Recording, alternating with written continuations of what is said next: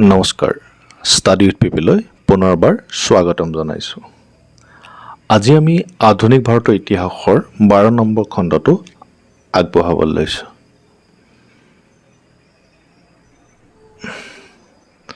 আজি আমি আলোচনা কৰিম প্ৰথমে মণ্টেগো চেমফৰ্ড ৰিফৰ্মছখনৰ বিষয়ে।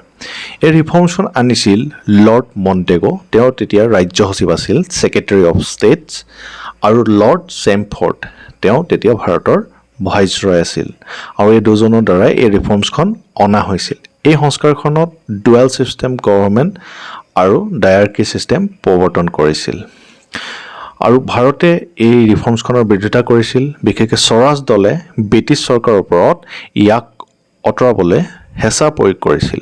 অৱশেষত মণ্টেগো চেমফৰ্ড সংস্কাৰ সলনি কৰি ব্ৰিটিছে ইয়াক চাইমন কমিশ্যন গঠন কৰিছিল। ইয়াৰ মেইন হ'ল মণ্টেগো চেমফৰ্ড সংস্কাৰ কেতিয়া অনা হৈছিল? এখন 1919 চনত অনা হৈছিল। তেতিয়া ছেক্ৰেটাৰী অফ ষ্টেট আছিল লৰ্ড মণ্টেগো আৰু ভাইচৰয় আছিল লৰ্ড চেমফৰ্ড। এইকেইটা কথা মনত ৰাখিব লগা। তাৰপিছত আহিলে যিটো আমি স্বৰাজ দল বা স্বৰাজ পাৰ্টিৰ কথা কৈছিলোঁ, এইটো গঠন হৈছিল 1923 চনত। অসহযোগ আন্দোলন বন্ধ হোৱাৰ পৰিণতিৰ বাবে স্বৰাজ পাৰ্টি গঠন কৰা হৈছিল। ইয়াৰ আগৰ ভিডিঅ'টোত আমি পঢ়িছিলোঁ যে চৌৰি চৌৰা ঘটনাটো হোৱাৰ কাৰণে তাত যিটো হিংসাত্মক কাৰ্যসূচী হৈছিল, তাৰ কাৰণে অসহযোগ আন্দোলন মহাত্মা গান্ধীয়ে বন্ধ কৰি দিছিল, আৰু তাৰ ফলশ্ৰুতিতে মতিলাল নেহেৰু, চি.আৰ. দাস, এন.চি. কেলকাৰ আদি ব্যক্তি লগ হৈ স্বৰাজ পাৰ্টি গঠন কৰিছিল। ইয়াৰ উদ্দেশ্য আছিল ব্ৰিটিছ বিধানসভাৰ অংশ হ'বলৈ, যাতে তেওঁলোকে ব্ৰিটিছ চৰকাৰক ডমিনিয়নৰ মৰ্যাদাৰ বাবে হেঁচা প্ৰয়োগ কৰিব পাৰে। ভাৰতে যাতে ডমিনিয়ন ষ্টেটাছ পায়, তাৰ কাৰণে হেঁচা প্ৰয়োগ কৰিবৰ বাবে এই স্বৰাজ পাৰ্টি গঠন কৰা হৈছিল। তাৰপিছত আহিলে চাইমন কমিশ্যন। 1927 চনত ইংলেণ্ডত প্ৰতিষ্ঠা হোৱা চাইমন কমিশ্যন 1928 চনত ভাৰতলৈ আহিছিল, ভাৰতৰ বম্বেলৈ আহিছিল। স্বৰাজ পাৰ্টিয়ে ব্ৰিটিছ চৰকাৰক মণ্টেগো চেমফৰ্ড সংস্কাৰ সলনি কৰিবলৈ হেঁচা প্ৰয়োগ কৰিছিল, আৰু ই চাইমন কমিশ্যনলৈ সলনি হৈছিল। চাইমন কমিশ্যনখন জন চাইমনৰ নেতৃত্বত 7জন সদস্যৰে গঠিত আছিল, আৰু সকলো সদস্যই ব্ৰিটিছ চৰকাৰৰ। সেইবাবে ভাৰতীয়সকলে চাইমন কমিশ্যনক গ্ৰহণ কৰা নাছিল।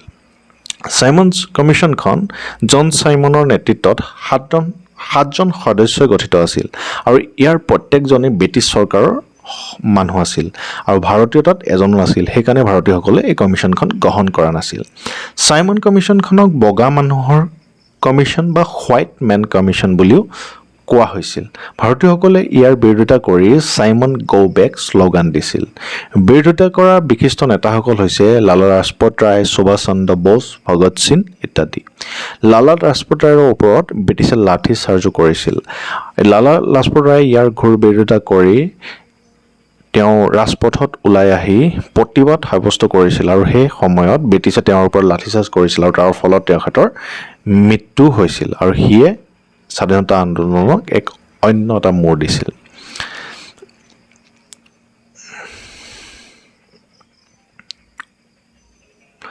এখন চাইমন কমিশ্যনৰ ফটো তেতিয়াৰ দিনৰ।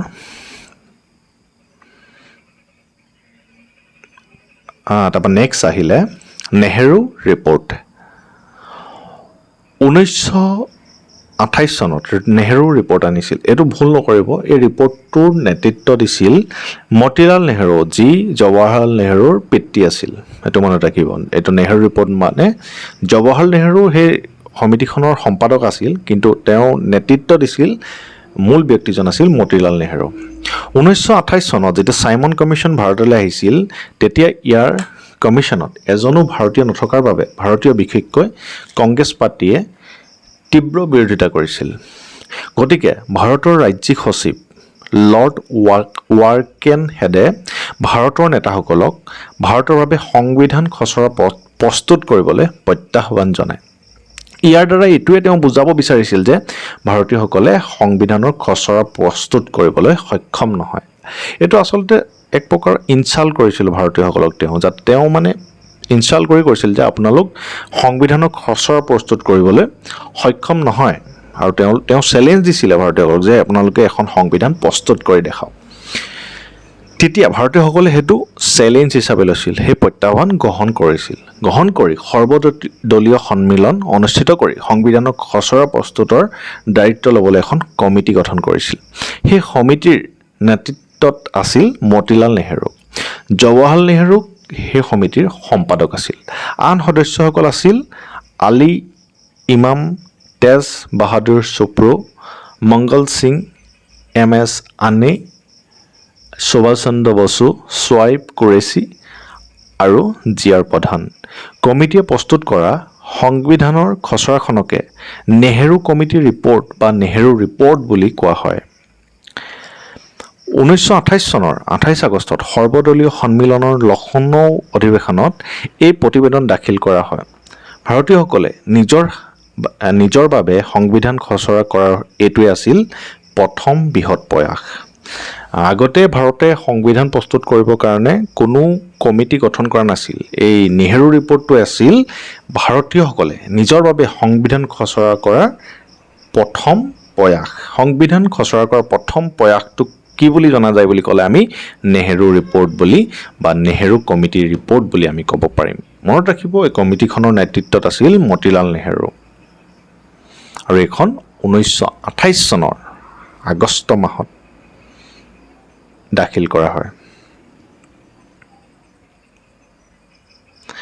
নেক্সট আহিলে এখন কংগ্ৰেছৰ ইম্পৰ্টেণ্ট অধিৱেশন এইখনৰ বিষয়ে অহা দেখা যায় গতিকে মন দি শুনিব দেই 1929 চনৰ ডিচেম্বৰ মাহত লাহোৰত কংগ্ৰেছৰ অধিৱেশন আৰম্ভ হয় আৰু পণ্ডিত জৱাহৰলাল নেহেৰুৱে অধিৱেশনখনৰ সভাপতি আছিল এই অধিৱেশনত তেওঁ উল্লেখ কৰিছিল যে আমাৰ সন্মুখত এটাই লক্ষ্য কেৱল সেয়া হ'ল সম্পূৰ্ণ স্বাধীনতা অৰ্থাৎ পূৰ্ণ স্বৰাজ 1919 চনৰ 19 ডিচেম্বৰত ইণ্ডিয়ান নেশ্যনেল কংগ্ৰেছত পূৰ্ণ স্বৰাজৰ ঘোষণাৰ প্ৰচাৰ কৰা হয় এই অধিৱেশনত সদস্যসকলে এই কথাত সন্মতি প্ৰকাশ কৰে যে কংগ্ৰেছ আৰু ভাৰতীয় জাতীয়তাবাদীসকলে পূৰ্ণ স্বৰাজৰ বাবে যুঁজিব লাগে বা তেওঁলোকে সম্পূৰ্ণ স্বাধীনভাৱে নিজকে শাসন কৰিব লাগে কংগ্ৰেছে সম্পূৰ্ণ স্বাধীনতাৰ প্ৰস্তাৱত অনুমোদন জনায় আৰু লগতে কংগ্ৰেছৰ সভাপতিয়ে 1919 চনৰ 23 ডিচেম্বৰৰ মাজনিশা বিপুল জনসমাগমৰ সন্মুখত ৰবি নদীৰ পাৰত সম্পূৰ্ণ স্বাধীনতাৰ পতাকা উত্তোলন কৰে এই দিনটোতেই প্ৰথমবাৰৰ বাবে জাতীয়তাবাদীয়ে ত্ৰিৰংগ পতাকা উন্মোচন কৰিছিল কংগ্ৰেছে 1930 চনৰ 26 জানুৱাৰী তাৰিখটো সম্পূৰ্ণ স্বাধীনতা বা পূৰ্ণ স্বৰাজ দিৱস হিচাপে পালন কৰাৰ সিদ্ধান্ত লয় ইয়াত গুৰুত্বপূৰ্ণ এটা কথা আছে মন কৰিব দেই কংগ্ৰেছে 1930 চনৰ এই যিখন লাহোৰ অধিৱেশনত তেওঁলোকে এটা কথা তাত ৰাখিছিল যে তেওঁলোকে 1930 চনৰ 26 জানুৱাৰী দিনটো পূৰ্ণ স্বৰাজ দিৱস হিচাপে পালন কৰিছিল আৰু সেই দিনটোকে স্মৰণীয় কৰি ৰখাৰ উদ্দেশ্যে 1949 চনৰ 26 নৱেম্বৰত আমাৰ সংবিধানখন বনাই সম্পূৰ্ণ হৈছিল যদিও 1950 চনৰ 26 জানুৱাৰীতহে ইয়াক প্ৰযোজ্য কৰা হৈছিল আৰু এই পূৰ্ণ স্বৰাজ দিনটোকে স্মৰণীয় কৰি ৰাখিবলৈ 26 জানুৱাৰীটো আমি গণতন্ত্ৰ দিৱস হিচাপে আমি ৰাখিছিলোঁ সংবিধানখন প্ৰযোজ্য কৰি আৰু 26 জানুৱাৰী দিনটোকে গণতন্ত্ৰ দিৱস হিচাপে কিয়নো লোৱা হ'ল বুলি যদি প্ৰশ্ন আহে তেতিয়া এইটো কথা আমি উল্লেখ কৰিব লাগিব যে 1930 চনত কংগ্ৰেছে যিটো 26 জানুৱাৰী দিন সেইটো পূৰ্ণ স্বৰাজ দিৱস হিচাপে ঘোষণা কৰিছিল আৰু সেই দিনটো স্মৰণীয় কৰি ৰাখিবলৈ আমি 26 জানুৱাৰী দিনটো গণতন্ত্ৰ দিৱস হিচাপে পালন কৰিবলৈ আমি গ্ৰহণ কৰি লৈছিলোঁ এইটো উল্লেখযোগ্য কথা দেই মনত ৰাখিব নেক্সট শ্লাইডলৈ যাওঁ ইয়াৰ পিছত আমি আলোচনা কৰিম লোন আইন অমান্য আন্দোলনৰ বিষয়ে 1930 চনলৈকে কংগ্ৰেছ পাৰ্টীয়ে ঘোষণা কৰিছিল যে পূৰ্ণ স্বৰাজ্য বা সম্পূৰ্ণ স্বাধীনতা সংগ্ৰামৰ একমাত্ৰ লক্ষ্য ই 26 জানুৱাৰীক পূৰ্ণ স্বৰাজ দিৱস হিচাপে পালন কৰিবলৈ আৰম্ভ কৰে আৰু সিদ্ধান্ত লোৱা হ'ল যে ইয়াক লাভ কৰিবলৈ নাগৰিক অবাধ্যতা বা আইন অমান্য আন্দোলন ব্যৱহাৰ কৰা উপায় হ'ব মহাত্মা গান্ধীক এনেধৰণৰ প্ৰথমটো কাৰ্যৰ পৰিকল্পনাৰ আয়োজন কৰিবলৈ কোৱা হৈছিল। গান্ধীজীয়ে চৰকাৰক অৱজ্ঞা কৰি নিমখ কৰ ভংগ কৰিবলৈ বাছি লৈছিল। তেতিয়া ভাইচৰয় আছিল লৰ্ড ইৰউইন। নিমখৰ প্ৰতিবাদৰ ভাবুকিত অকণো বিচলিত হোৱা নাছিল আৰু চৰকাৰে নিমখৰ পদযাত্ৰা হোৱাত বাধা দিবলৈ একোৱেই কৰা নাছিল। প্ৰথমতে গান্ধীয়ে কি কৰিছিলে, তেওঁক দায়িত্ব দিয়া হৈছিল যে এই যিটো আইন অমান্য আন্দোলন সেইটো আৰম্ভ কৰিবৰ কাৰণে। আৰু তেওঁ কি কৰিছিলে, প্ৰথমতে নিমখৰ কৰ যিটো ভাৰতীয় ওপৰত কৰ বহুত কৰ জাপি দিছিল, সেই কৰটো যিখন আইন আছিল এখন ভংগ কৰিব বিচাৰিছিল। আৰু সেইটো প্ৰথমতে ব্ৰিটিছ চৰকাৰে ইমান গুৰুত্ব দিয়া নাছিল, ভাবিছিলে যে এইটো একো ডাঙৰ ইছ্যু নহয়, কিন্তু লাহে লাহে এইটো ডাঙৰ ইছ্যুত পৰিণত হৈছিল।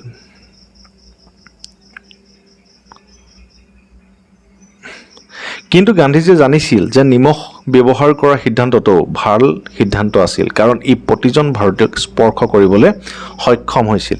নিমখ সকলোৰে বাবে প্ৰয়োজনীয় সামগ্ৰী আছিল আৰু নিমখৰ কৰৰ বাবে দুখীয়া মানুহবোৰৰ অসুবিধা হৈছিল। 1882 চনৰ নিমখ আইন গৃহীত নোহোৱালৈকে ভাৰতীয়সকলে সাগৰৰ পানীৰ পৰা নিমখ বিনামূলীয়াকৈ তৈয়াৰ কৰি লৈছিল, কিন্তু আইনখনে নিমখ উৎপাদনৰ ওপৰত ব্ৰিটিছৰ একচেটিয়া অধিকাৰ আৰু নিমখ কৰ আৰোপ কৰাৰ কৰ্তৃত্ব প্ৰদান কৰিছিল। নিমখ আইন উলংঘা কৰাটো গুৰুত্বপূৰ্ণ অপৰাধ আছিল তেতিয়া। গান্ধীজীয়েও হিন্দু আৰু মুছলমানক একত্ৰিত কৰাৰ আশা কৰিছিল, কাৰণ এই কাৰণ দুয়োটা গোটৰ বাবে গুৰুত্বপূৰ্ণ আছিল। নিমখৰ কৰ ব্ৰিটিছ ৰাজৰাজহৰ 8.2% আছিল আৰু গান্ধীজীয়ে জানিছিল যে চৰকাৰে ইয়াক আওকাণ কৰিব নোৱাৰে। গান্ধীজীয়ে 1930 চনৰ 2 মাৰ্চত লৰ্ড ইৰউইনক তেওঁৰ পৰিকল্পনাৰ বিষয়ে অৱগত কৰে। তেওঁ কিন্তু প্ৰথমতে ইমান গুৰুত্ব নিদিয়ে, কাৰণ তেওঁ ভাবিছিল যে এইটো ইমান ডাঙৰ ইছ্যু নহয়, তেওঁ চম্ভালি ল'ব পাৰিব। 1930 চনৰ 12 মাৰ্চত সাবৰমতীত থকা নিজৰ আশ্ৰমৰ পৰা এদল লোকক নেতৃত্ব দি গুজৰাটৰ উপকূলীয় গাঁও দাণ্ডিলৈ তেওঁ যাত্ৰা আৰম্ভ কৰে। গান্ধীজীয়ে পৰিকল্পনা অনুসৰি 80 জন অনুগামীৰ সৈতে এই পদযাত্ৰা আৰম্ভ কৰে। কোনো ধৰণৰ হিংসাৰ আশ্ৰয় নোলোৱাৰ বাবে কঠোৰ নিৰ্দেশ দিয়া হৈছিল। এই ঐতিহাসিক ঘটনাৰ সাক্ষী হ'বলৈ সাবৰমতী আশ্ৰমৰ পৰা আহমেদাবাদলৈ যোৱা পথটোক হাজাৰ হাজাৰ লোকে ভিৰ কৰে। প্ৰতিদিনৰ শেষত গান্ধীজীয়ে হাজাৰ হাজাৰ লোকক সম্বোধন কৰি নিজৰ ভাষণত চৰকাৰক আক্ৰমণ কৰিছিল। গান্ধীজীয়ে বাটত বহিৰাজ্যৰ সাংবাদিকৰ লগত কথা পাতি, কিন্তু বহিৰাজ্যৰ লগতে বিদেশৰ সাংবাদিকৰ লগত কথা পাতি বাতৰি কাকতৰ বাবে লেখা লিখিছিল। ইয়াৰ ফলত ভাৰতীয় স্বাধীনতা আন্দোলনক বিশ্বৰ সংবাদ মাধ্যমৰ আগত উপস্থাপন কৰিবলৈ সক্ষম হৈছিল। গান্ধীজীৰ বাবে এইটো এটা প্লাছ পইণ্ট আছিল। সৰোজিনী নাইডুৱে বাটত তেওঁৰ লগত সহযোগ দিছিল। প্ৰতিদিনে অধিক সংখ্যক লোকে তেওঁৰ লগত যোগ দি গৈছিল আৰু 1930 চনৰ 5 এপ্ৰিলত তেওঁ দাণ্ডিত উপস্থিত হৈছিলগৈ। যাত্ৰাটো আৰম্ভ কৰিছিল 1930 চনৰ 12 মাৰ্চত সাবৰমতী আশ্ৰমৰ পৰা আৰু 1930 চনৰ 5 এপ্ৰিলত তেওঁ গুজৰাটৰ উপকূলীয় গাঁও দাণ্ডিত উপস্থিত হৈছিল আৰু গান্ধীজীয়ে 80 জন তেওঁৰ অনুগামীৰ লগত এই পদযাত্ৰা আৰম্ভ কৰিছিল। এই সময়ত প্ৰায় 50,000 লোকে এই পদযাত্ৰাত অংশগ্ৰহণ কৰিছিল। 1930 চনৰ 6 এপ্ৰিলৰ পুৱা গান্ধীজীয়ে নিমখ বনাই নিমখৰ আইন ভংগ কৰিছিল। হাজাৰ হাজাৰ লোকে গান্ধীজীক অনুসৰণ কৰিছিল। ইয়াৰ পিছত ব্ৰিটিছে তেতিয়াহে গম পাইছিল যে এই নিমখৰ কৰ ভংগ কৰা যি গান্ধীজীয়ে আন্দোলন লৈছিল, চল্ট সত্যাগ্ৰহ, নিমখ সত্যাগ্ৰহ, সেই সত্যাগ্ৰহ কিমান ভয়াৱহ হৈ পৰিছিল। প্ৰায় 60,000 লোকে তাত যোগদান কৰিছিলগৈ আৰু ব্ৰিটিছে তেতিয়াই গান্ধীজীৰ সৈতে প্ৰায় 60,000 লোককে এৰেষ্ট কৰিব লগা হৈছিল। এক ভয়ানক পৰিস্থিতি তেতিয়া সৃষ্টি হৈ গৈছিল। আন্দোলনটো এক ভয়াৱহ ৰূপ লৈছিলগৈ। গতিকে ইয়াত বিশেষকৈ আমি মন কৰিবলগীয়া কথাকেইটা হ'ল 1930 চনৰ 2 মাৰ্চত লৰ্ড ইৰউইনক এইটো পৰিকল্পনাৰ বিষয়ে জনাইছিল, কিন্তু যাত্ৰাটো আৰম্ভ কৰিছিল 1930 চনৰ 12 মাৰ্চত সাবৰমতী আশ্ৰমৰ পৰা। এইটো মনত ৰাখিব। মুঠ 80 জন অনুগামীৰ সৈতেহে এই পদযাত্ৰা আৰম্ভ কৰিছিল, কিন্তু শেষত তেওঁৰ লগত অংশগ্ৰহণ কৰা লোক হৈ পৰে 50,000তকৈ অধিক লোক। আৰু তেওঁ 1930 চনৰ 5 এপ্ৰিলত দাণ্ডিত উপস্থিত হৈছিল। দাণ্ডি ক'ত আছে? গুজৰাটৰ উপকূলীয় এখন গাঁও হ'ল দাণ্ডি। দাণ্ডি মাৰ্চ বুলিও কোৱা হয়, সেইটো কাৰণে এই আন্দোলনটোক এইটো মনত ৰাখিব। আজিলৈ ভিডিঅ'টো ইমানেই আছিলে। যদি আমাৰ ভিডিঅ'সমূহৰ পৰা আপোনালোক উপকৃত হৈছে, প্লিজ আমাৰ চেনেলটো এটা ছাবস্ক্ৰাইব কৰি দিব আৰু ভিডিঅ'টো লাইক কৰি দিব, লগতে ভিডিঅ'টো বন্ধু বান্ধৱীৰ সৈতে শ্বেয়াৰ কৰি দিব। ধন্যবাদ।